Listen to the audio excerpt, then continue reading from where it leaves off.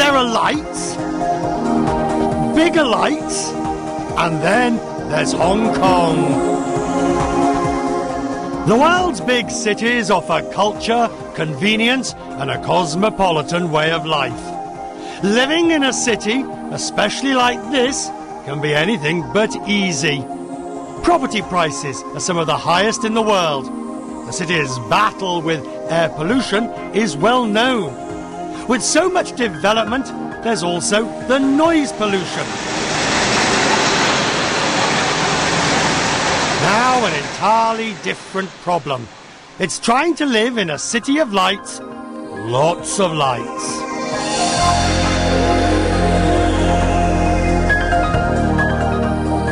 Bustling with business in the heart of Mongkok, night becomes day when the lights get switched on. This is about as bad as it gets.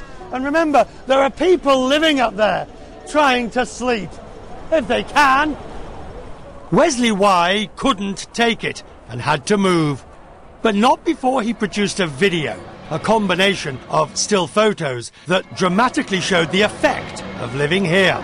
He called the video the Lucifer Effect.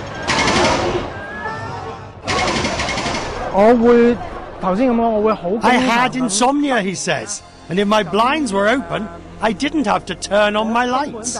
He says the blinking went well into the night, as late as 4 in the morning.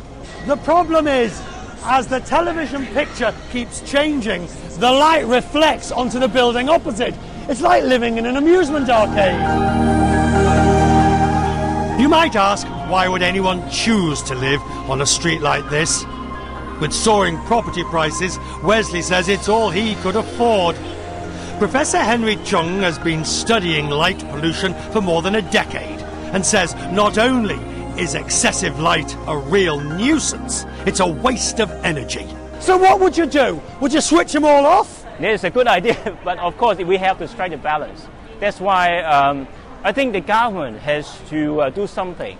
The legislation try to control the maximum brightness produced by all these lights and check the brightness around the area. Then it's the best way to control light pollution. While there's been debate, there's currently no regulations in place to curb light pollution. It eventually starts to hurt the eyes, doesn't it? Yeah. This is Causeway Bay, a popular shopping district. And don't be mistaken, people are living here as well. So, how excessive is the light tonight? Professor Chung is armed with his light meter. 20 past 8 at night, what do you consider to be acceptable out here? At most 500 lux. 500 lux? Yeah, at most. At most? At most. Really? Yeah. Right, come on.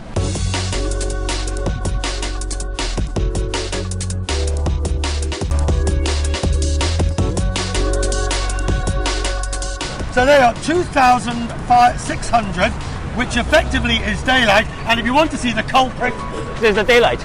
There it is. What's made the situation worse is advertising. To capture someone's attention, you'll bring in the cash. Of course, you don't want to be outshone by the competition. It's a snowball effect. Say, for example, this shop, use a strong light, then another shop will use a stronger light. Why not just to reduce the brightness of the whole area? While the city's glistening skyline's been a draw for tourists for years, now even Hong Kong's chief executive recognises action needs to be taken. We realize that we have to do something about it. If you look at the commercial areas, it's pretty bright.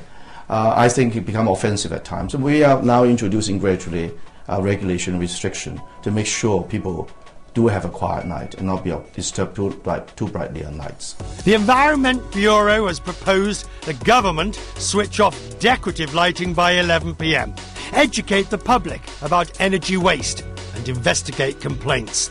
That would be a welcome move for Wesley, who doesn't care to be back in the old neighbourhood. He says just standing here gives him anxiety.